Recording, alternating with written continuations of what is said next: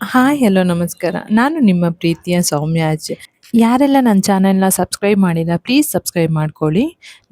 ನಾನು ಹಾಕೋ ಎಲ್ಲ ವಿಡಿಯೋಗಳು ನಿಮಗೆ ನೋಟಿಫಿಕೇಷನ್ ಥರ ಬರುತ್ತೆ. ಈ ವಿಡಿಯೋದಲ್ಲಿ ನಾನು ಮನೆಯಲ್ಲೇ ಹೇಗೆ ಅರಿಶಿನ ಪುಡಿ ತಯಾರು ಮಾಡ್ಬೋದು ಅಂತ ಹೇಳ್ಬಿಟ್ಟು ಡೀಟೇಲ್ ಆಗಿ ಹೇಳಿದ್ದೀನಿ. ನಾನು ಚಿಕ್ಕವಳು ಇದ್ರಿಂದನೂ ನಮ್ಮ ತಾಯಿ ಮನೆಯಲ್ಲಿ ಈ ಥರ ಅರಿಶಿಣದ ಗೆಡ್ಡೆನ ಬಂದ್ಬಿಟ್ಟು ನಮ್ಮ ತಾಯಿ ಮನೆ ಹಿಂದ್ಗಡೆ ಹಾಕೊಂಡಿದ್ರು.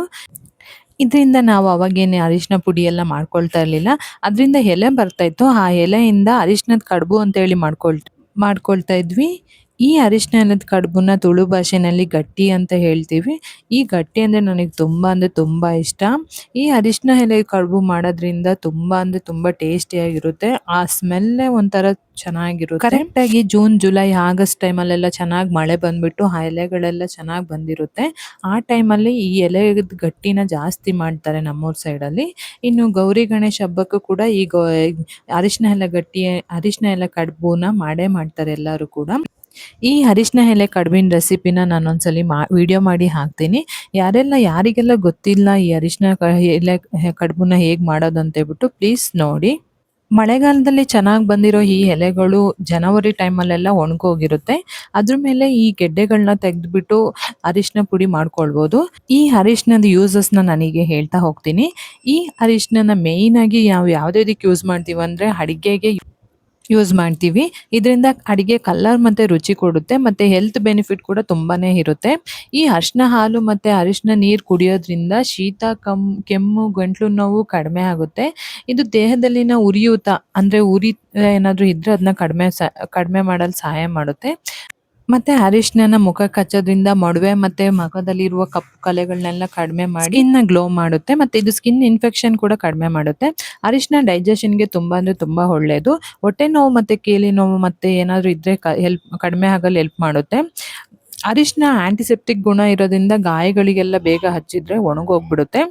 ಅರಿಶಿನ ಯೂಸ್ ಮಾಡೋದ್ರಿಂದ ಎಷ್ಟು ಬೆನಿಫಿಟ್ ಆಗುತ್ತೋ ಅದನ್ನ ಜಾಸ್ತಿಯಾಗಿ ಯೂಸ್ ಮಾಡೋದ್ರಿಂದ ಅಷ್ಟೇ ಹೆಲ್ತ್ ಪ್ರಾಬ್ಲಮ್ ಕೂಡ ಆಗುತ್ತೆ. ಒಂದು ದಿನಕ್ಕೆ ಅರ್ಧ ಇಲ್ಲಾಂದ್ರೆ 1 ಟೀ ಸ್ಪೂನ್ ಅಷ್ಟೇ ಅರಿಶಿನನ ಯೂಸ್ ಮಾಡಬೇಕು. ಇದಕ್ಕಿಂತ ಜಾಸ್ತಿ ಯೂಸ್ ಮಾಡಿದ್ರೆ ಕರೆಕ್ಟಾಗಿ ಡೈಜೆಷನ್ ಆಗೋದಿಲ್ಲ. ಮತ್ತೆ ಡೈಜೆಷನ್ ಆಗಿಲ್ಲ ಅಂದ್ರೆ ಹೆಲ್ತ್ ಪ್ರಾಬ್ಲಮ್ ಕೂಡ ಸ್ಟಾರ್ಟ್ ಆಗುತ್ತೆ. ಈ ಅರಿಶಿನದ ಗೆಡ್ಡೆನ ತೆಗಿಯೋಕ್ಕೆ ನನ್ನ ಮಗಳು ಕೂಡ ಹೆಲ್ಪ್ ಮಾಡ್ತಾ ಇದ್ದಾಳೆ. ನಮ್ಮನೆ ಹಿಂದ್ಗಡೆನೆ ಒಂದು ಗಿಳಿ ಮಾವಿನಕಾಯಿ ಮರ ಇದೆ. ಆ ಗಿಳಿ ಮಾವಿನಕಾಯಿನ ಒಂದು ಟೇಸ್ಟ್ ನೋಡೋಣ ಹೇಗಿದೆ ಅಂತ ಹೇಳ್ಬಿಟ್ಟು ಕಿತ್ಕೊಂಡು ತಿಂತಾ ಇದ್ದೆ. ಅದ್ ನೋಡಿದ್ರೆ ತುಂಬಾ ಅಂದ್ರೆ ತುಂಬಾ ಹುಳಿ ಇತ್ತು. ಈ ಮಾವಿನಕಾಯಿನ ಚಿಕ್ಕದ್ರಲ್ಲೇ ಕೊಯ್ದ್ಬಿಟ್ಟು ಮಿಡಿ ಉಪ್ಪಿನಕಾಯಿ ಹಾಕ್ತಾರಲ್ಲ ಆ ಥರ ಹಾಕ್ಬೇಕಷ್ಟೇ. ತಿನ್ನಕ್ಕಂತೂ ಆಗಲ್ಲ. ಮತ್ತೆ ಹಣ್ಣು ಕೂಡ ಆಗಲ್ಲ. ಅರ್ಧದಲ್ಲೇ ಹುಳ ಆಗಿ ಕೆಳಗೆ ಬಿದ್ದೋಗುತ್ತೆ. ಇಲ್ಲಿ ನೋಡಿ ನನ್ನ ಮಗಳು ಅಲ್ಲಿ ಅರಿಶಿನ ಗೆಡ್ಡೆ ಎಲ್ಲಿದೆ ಅದ್ರಲ್ಲಿ ಬಿಟ್ಟು ಬೇರೆ ಕಡೆ ಹುಡುಕ್ತಾ ಇದ್ದಾಳೆ. ನಾನ್ ತೆಗಿತಿದ್ದೀನಿ ಅಂತ ಹೇಳ್ಬಿಟ್ಟು. ಇಲ್ಲಿ ಅರಿಶಿನನೆಲ್ಲ ತೆಕ್ಕೊಂಡು ಬಂದಾಗಿದೆ.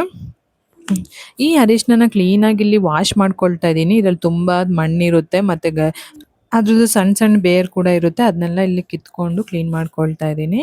ಇದನ್ನ ಒಂದು 3-4 ಸಲ ವಾಶ್ ಮಾಡ್ಕೊಂಡಿದ್ದೀನಿ. ಇದು ನೋಡಿ ತಾಯಿ ಗೆಡ್ಡೆ, ಅದೆಲ್ಲ ಮರಿಗೆಡ್ಡೆ. ಇದನ್ನ ಬೇಕಾದ್ರೆ ಮತ್ತೆ ನೆಟ್ಟು ಅರಿಶಿನನ ಬೆಳ್ಕೊಳ್ಬೋದು ನಾವು. ಇಲ್ಲಿ ನನಗೆ ಒಂದು ಅರ್ಧ ಕೆಜಿ ಆಗೋಷ್ಟು ಅರಿಶಿನ ಸಿಕ್ಕಿದೆ. ಇಲ್ಲಿ ನೋಡಿ ಈಗ ನಾನಿಲ್ಲಿ ಕ್ಲೀನಾಗಿ ಎಲ್ಲ ವಾಶ್ ಮಾಡ್ಕೊಂಡು ಆಗಿದೆ ಈ ಅರಿಶಿನನ. ಇದನ್ನ ಫಸ್ಟು ನಾನಿಲ್ಲಿ ಬೇಯಿಸ್ಕೊಳ್ತಾ ಇದ್ದೀನಿ. ಈ ಥರ ಅರಿಶಿನ ಗೆಡ್ಡೆನ ಈ ಥರ ಬೇಯಿಸ್ಕೊಳ್ಳೋದ್ರಿಂದ ಏನು ಯೂಸ್ ಇದೆ ಅಂತ ಹೇಳಿದರೆ, ಇದು ಕಲ್ಲರ್ ಕೊಡುತ್ತೆ ಬೇಯಿಸೋದ್ರಿಂದ. ಮತ್ತು ಇದ್ರದ್ದು ಘಮ ಚೆನ್ನಾಗಿ ಬರುತ್ತೆ. ಅರಿಶಿನ ಘಮ ಇನ್ನೂ ಚೆನ್ನಾಗಿ ಬರುತ್ತೆ. ಅದರಿಂದ ನಾನಿಲ್ಲಿ ಚೆನ್ನಾಗಿ ಬೇಯಿಸ್ಕೊಳ್ತಾ ಇದ್ದೀನಿ. ಇದನ್ನ ಗ್ಯಾಸಲ್ಲೆಲ್ಲ ಬೇಯಿಸ್ಕೊಳ್ಳೋಕ್ಕಾಗಲ್ಲ. ಸುಮಾರು ಒಂದು ಅರ್ಧ ಮುಕ್ಕಾಲು ಗಂಟೆ ಬೇಯಿಸ್ಕೊಳ್ಬೇಕು. ಆದ್ದರಿಂದ ನಾನಿಲ್ಲಿ ಸೌದೆ ಒಲೆಯಲ್ಲೇ ಇದನ್ನ ಬೇಯಿಸ್ಕೊಳ್ತಾ ಇದ್ದೀನಿ. ನಾನಿಲ್ಲಿ ಕರೆಕ್ಟಾಗಿ ಮುಕ್ಕಾಲು ಗಂಟೆ ಬೇಯಿಸ್ಕೊಂಡಿದ್ದೀನಿ. ಬೇಯಿಸ್ಕೊಂಡಾಗಿದ್ಮೇಲೆ ನಾನಿಲ್ಲಿ ಫಸ್ಟು ಎಕ್ಸ್ಟ್ರಾ ನೀರಿದೆಯಲ್ಲ ಅದನ್ನೆಲ್ಲ ಸೋಸ್ಕೊಳ್ಬೇಕು. ಸೋಸ್ಕೊಂಡಾಗಿದ್ಮೇಲೆ ಇದನ್ನ ಒಂದು 15 ದಿನ ಚೆನ್ನಾಗಿ ಬಿಸಿಲಲ್ಲಿ ಒಣಗಕ್ಕೆ ಬಿಡಬೇಕು.